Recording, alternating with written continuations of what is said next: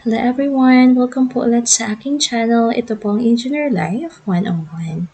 At ngayon po ituturo ko sa inyo ay kung paano gumawa ng costing calculator, particularly po sa ating mga baking products. Okay? So simulan ko na po ang aking tutorial. So dito po meron na po akong nilagay na ingredient price list. So, meron po tayong sheet para sa ingredients at ang ating header po ay meron tayong ingredient, purchase unit, ang purchase price, package size, base unit, cost per base unit, and notes natin. So, dito po naglagay po tayo ng ingredients. So, yung mga usual na ginagamit natin sa ating pagpipake. So, like yung all-purpose flour, granulated sugar, etc. So, dito naman po sa purchase unit, ito yung kung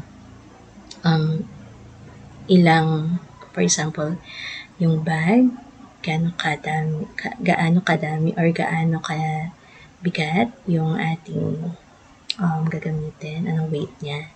So, ilang bottle or ilang dosena po ba. And naglagay din po tayo ng purchase price natin para sa ating mga ingredient. So, ito po yung kung magkano natin nabili yung mga ingredient natin. And yung package size, kung magkano siya sa, for example, 1,000 grams ng all-purpose flour, magkano yung bili po natin. So, dito, i-calculate po natin yung cost-based unit. So, ang ibig sabihin po niyan, ang halaga ng isang ingredient sa pinakamaliit na sukat nito. Pwedeng kada gramo, mililitro, o peraso. So, sa halip na presyo ng buong pakete yung ilalagay natin, kinukuha natin ito sa pamamagitan ng presyo ng binili, i-divide natin sa laki ng ating pakete. So, halimbawa, 140 pesos para sa 1 kilogram na harina. So, nakalagay po is 0.14 kada gramo. So, dito, since presyo ang hinahanap natin, i-divide natin yung purchase price divided by sa ating package price. So, meron po tayong 0.09 na cost per base. So, lalagyan lang po natin ng if error para kapag may mga div or mga not applicable, i-filter na po niyan. Gagawin niya lang po na 0 ang value. So, enter lang po natin. Ayan. So, i-drag lang po natin hanggang ibaba para kapag nagta-type tayo, hindi na po natin isa-isahin po na maglalagay dito ng formula. So, kung mapansin nyo yung all-purpose flour, meron na po siya, ang presyo po niya 0.09. Okay, so lagyan lang po natin kung yung mga notes kung ano yung ilalagay natin. For example, dito sa all-purpose flour, ang supplier po natin yung Farm Grocery. So, sa eggs, yung local farm. So, ito po ay mga estimated price lang po ng ingredient. So, kayo na po bahala maglagay dito ng inyong purchase price.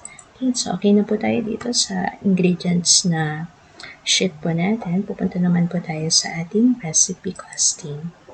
Okay, so dito sa ating recipe costing, dito nilalagay po yung kung ilan or kung ano ang mga nagamit natin na ingredient sa product na ibinibake natin. So, dito, dalawa yung product na gawa natin. So, meron tayong chocolate chip cookies and vanilla cupcakes. So, ang mga ingredients na ginamit, so dito sa chocolate chip cookies, meron tayong 9 ingredients. And ang ginawa natin, so, sinukat natin kung ilang quantity ang nagamit natin. Yung actual na nagamit natin sa ating sa ating product.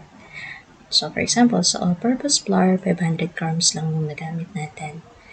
Okay, so, paano natin i-compute yung cost per base unit? So, actually, ito yung cost per base unit. Ito rin po yung nandito sa ating first na sheet ng ingredients. So, ikakopy lang po natin ito dito sa recipe costing. Pero hindi siya isa-isahin na kakopy. So, ang gagawin po natin, gagamit po tayo ng index match formula. So, dito, itype ko po yung index. And then, nahanap po natin yung array ng product natin. So, punta tayo dito sa ingredients natin. So, saan ba natin nahanapin yung ingredients? So, dito yun. Ito yung array dito sa ingredient part. So, i-drag lang po natin hanggang baba. Pero kung sakali mag-a-add ng madami, so, yun yung okay, wait lang. So, dito po muna, ang ini-index po pala muna natin is yung ating cost per base. Dito po muna tayo. Okay, sa cost per base po muna. Okay, so, yan po kasi yung tinitingnan muna natin na array. So, i-match po natin. So, bago po natin i-match, ilock po muna natin to. So, function F4 or F4 po. Para mag-lock. And then, comma. And then, i-match po natin siya.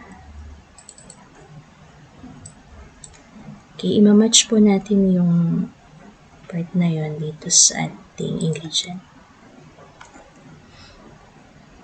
Okay, lagyan natin ng $. And then, lookup array po natin.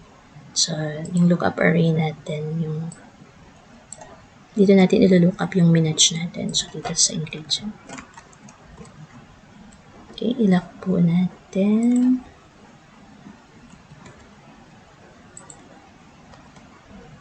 And, nakalagay dyan, exact match, 0. Okay, and nahanap yung column number, 0 na lang po natin. Okay, so, tingnan natin dito, yung chocolate chip cookies, all-purpose flour natin pala is, balik natin din dito sa ingredients natin, 0.09, so tama po siya. Okay, so lagyan lang po natin ng if error dito. Kung sakali po na merong mga not applicable or div tayong makikita. So, value if error, lagyan natin 0 lang. Okay. So, i-double-click, din-double-click ko lang po yan para mag-drag pababa. And pwede yung i-drag hanggang sa pinak-ilalim yan, hanggang 61 na lang. So, tingnan natin yung ating butter kung 0.60 siya. Okay. So, tama po. And, para naman po makuha natin yung ingredient line cost. So, dito po, ang ingredient line cost natin, dito pa lang po natapat yung note. Actual na gastos ng isang ingredient batay sa dami ng ginamit sa isang particular na recipe. So, kinukuha sa pamagitan ng dami ng ginamit times cost per base unit. So, halimbawa, yung 500 gram na harina times 0.14 gram. So, ito times lang po natin ito dito sa ating quantity. Yan. So,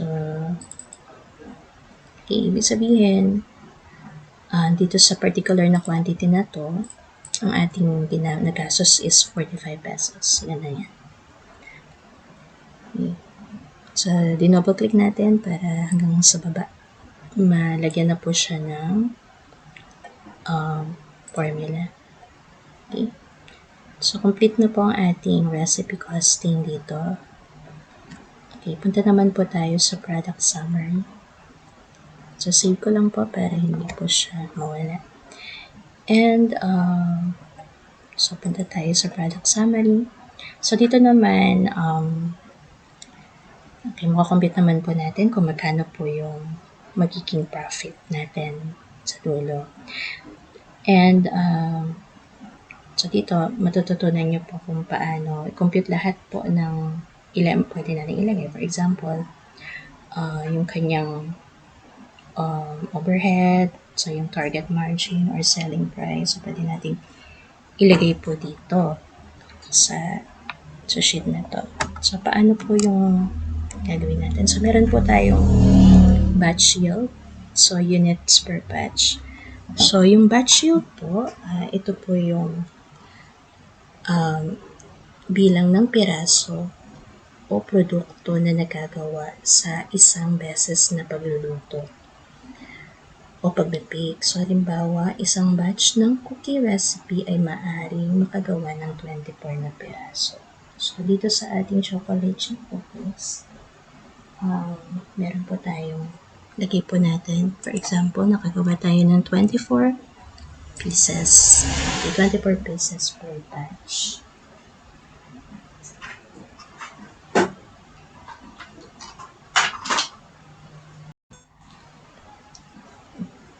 Okay, so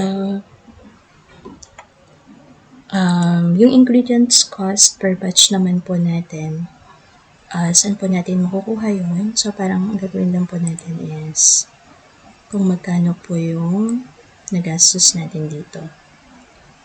Okay, isa-summary lang po natin ito, ang buong ingredient line cost.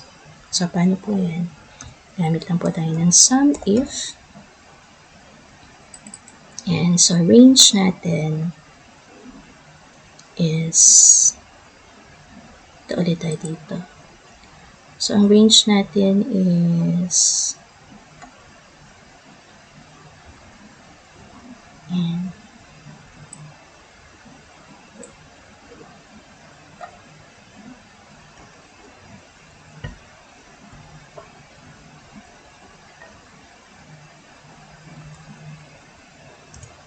okay. And then, ang criteria po is dito. Sorry. Sum if range natin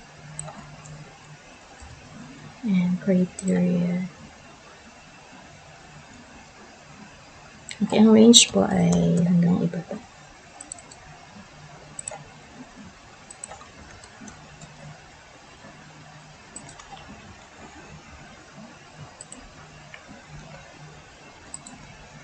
And then criteria,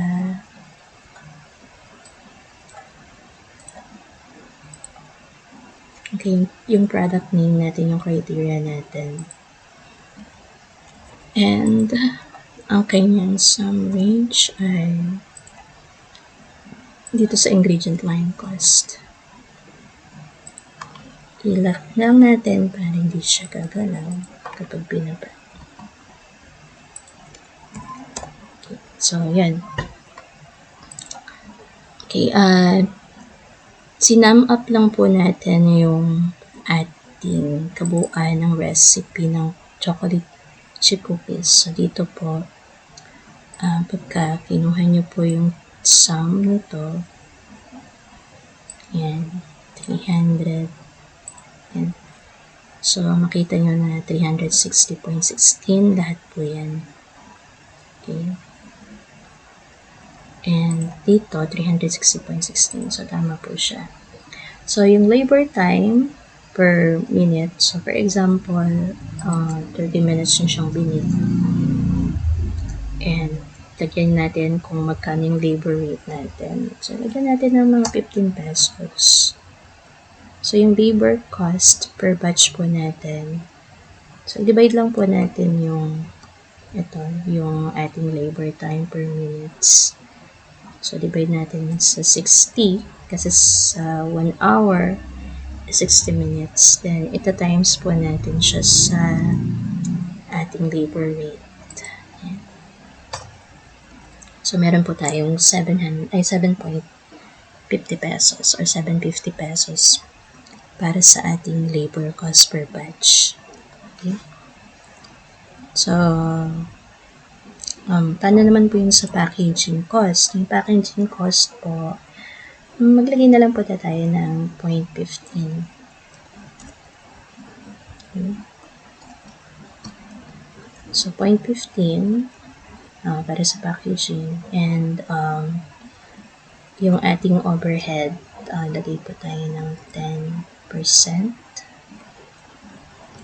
So, yung total cost per batch Okay.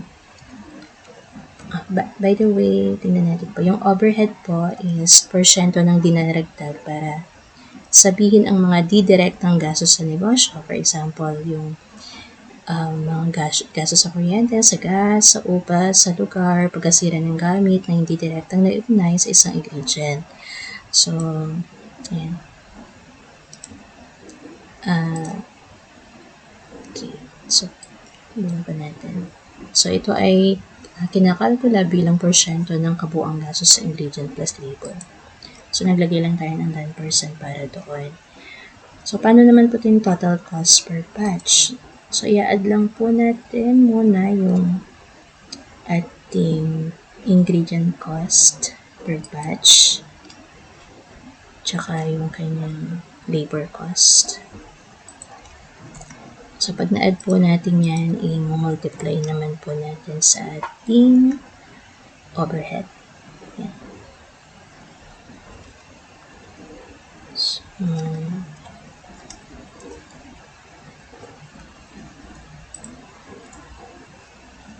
And, i-add naman po natin sa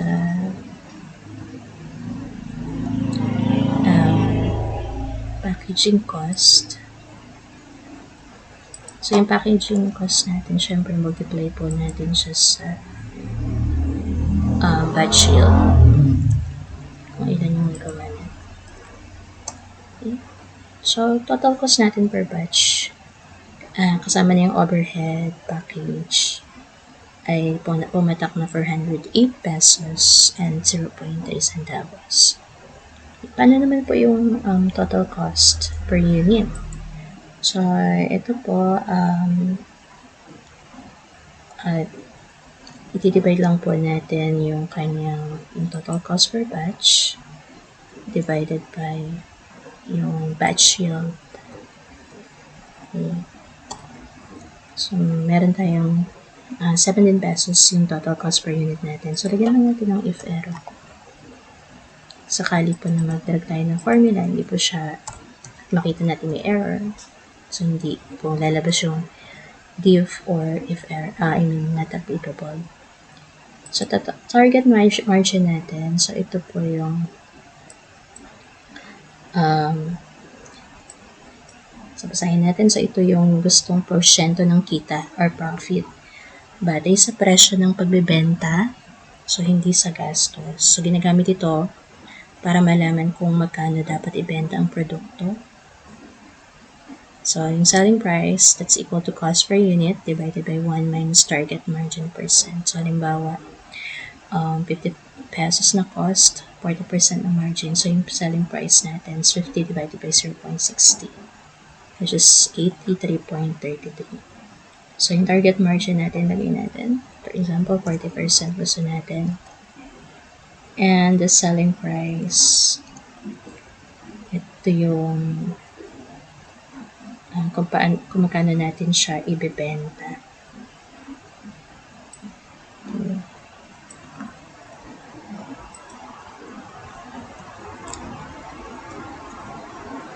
So, divided by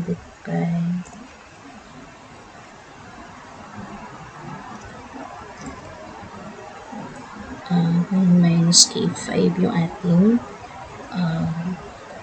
target margin.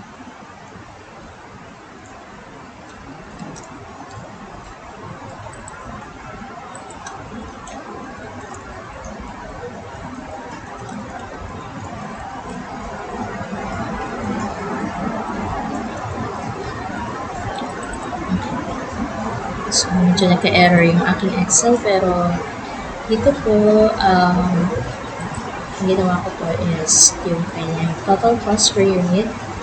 So, dinivide lang natin sa 1 minus K5. So, pumatak na 28.34 yung kanyang presyo. So, para makuha natin yung ating profit, ima-minus lang po natin yung selling price minus total cost per unit. So, ang ating profit dito po ay 11.32. So, tumubo na naman po tayo. So, 11.33 per unit yung ating tutubuin. So, for vanilla cupcakes, sorry po, medyo ngayon. May narinig po kayo na. So, for example, dito sa vanilla cupcakes, meron tayong 12 na yield. So, dito, since may formula na tayo, ididrag na lang po natin siya. So, yung ingredients calls per batch niya, i-drag na lang po natin muna yung lahat ng formula para kapag mamaya po, maglagay tayo. So, automatic, meron na po may nakalagay na po. So, for example, lagay na rin po natin na consistent po na ganyan yung mga overhead costs natin and target margin. Pero kayo na po yung bahala na maglagay dyan. So, dito mag-iiba-iba po siya.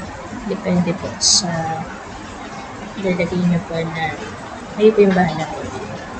So, labor time per minutes, kung for example, 40 minutes po natin nagawa. And, same pa rin po yung labor natin, 15 pesos. So, meron tayong labor kasi 10 pesos. Packaging cost po natin is, since medyo mababa po po, so, lagi po natin 0.02. And then, kung mapansin niyo po, meron na po tayo automatic na lumabas ng mga value dahil naglagay po. So, dito po pala, minilimutan po ako. Dito po sa ating ingredient, pwede po tayong maglagay ng data validation. So, para kapag nag-choose po tayo ng mga ingredient, hindi na po isa na ika-copy paste nito na ayan, yung baba po. So, copy nyo lang po. Sorry.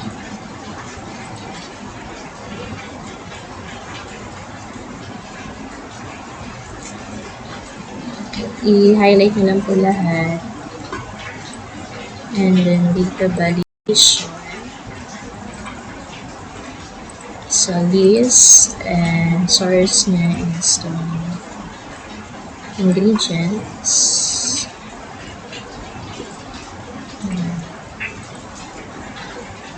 So, ayan. Para makita na yung validation na. So, kung mag-add kayo dito,